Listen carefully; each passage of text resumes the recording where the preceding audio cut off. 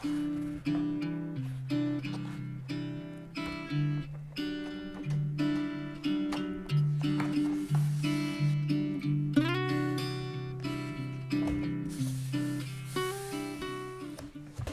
is going to be the first design development page on Stippling. I'm just going to talk about the art of shading with dots. Now, as you can see,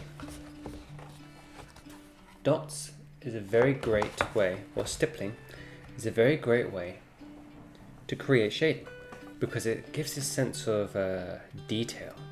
It's not just simple pencil shading where you have light to dark and dark to light. Anyway, so let me show you how to do this, and it's really simple. So using my thickest pen, I will normally start with a dark gradient. Now the idea here is that this is the darkest part of the shade, so I'll be sticking to the line and pretty much want to make a solid black line. But you know, it ends up with this detail, which is what makes it really interesting. And it's okay if there's a white dot here and there. Then what I like to do is come in on my next pen. Normally I'd use a 0.4, but today I'm using a 0.2.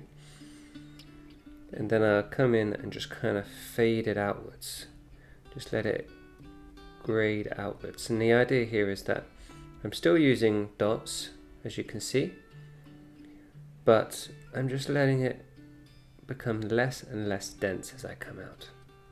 Now, one thing I like to do is to squint my eyes, and when you squint your eyes you get a good idea of what it is the gradient actually looks like.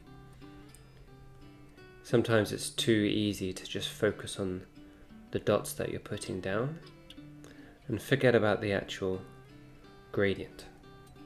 So there you go, there's one. Then if you want, you can come in with an even smaller one and just maybe clean it up, add some extra detail, but it's really not important. So here you can see as an example, and the beauty of this is that the more you do it, the greater it looks, and it can really give this sense of detail and depth. And here is an example of one way that I've used stippling before. You can see I've used it in the areas around here, and the idea is to just create a sense of, I don't know, depth, or in this case, a gradient. So there are these areas that I wanted to decorate, and apart from doing the eyes, I decided to do these stippling-like fade outs. And here is another example. Now I've used stippling in a few different ways here.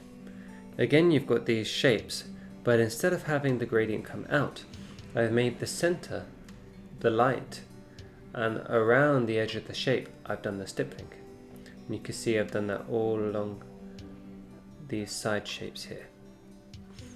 And then on these shapes, on these kind of arches coming out, I've stippled coming from a gradient to light. The idea is that this is behind this object. And I like to think it creates a nice effect. Now another way I've used stippling is here. You can see I've used a grey pen to kind of create a shadow around this center disc. But if I zoom in, you can also see that I have indeed stippled to add to the effect of a gradient, and to hopefully also add a sense of detail. And now I encourage you to do the same.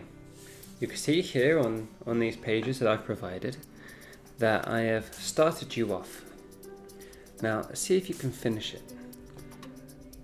All you've got to do is go one dot at a time, following the dark. And you know, you can even fill in the stippling that I've done as well, because I'm not perfect. This I've drawn in my book and I've scanned, so the printings aren't perfect. but it's just right for you to develop your skill.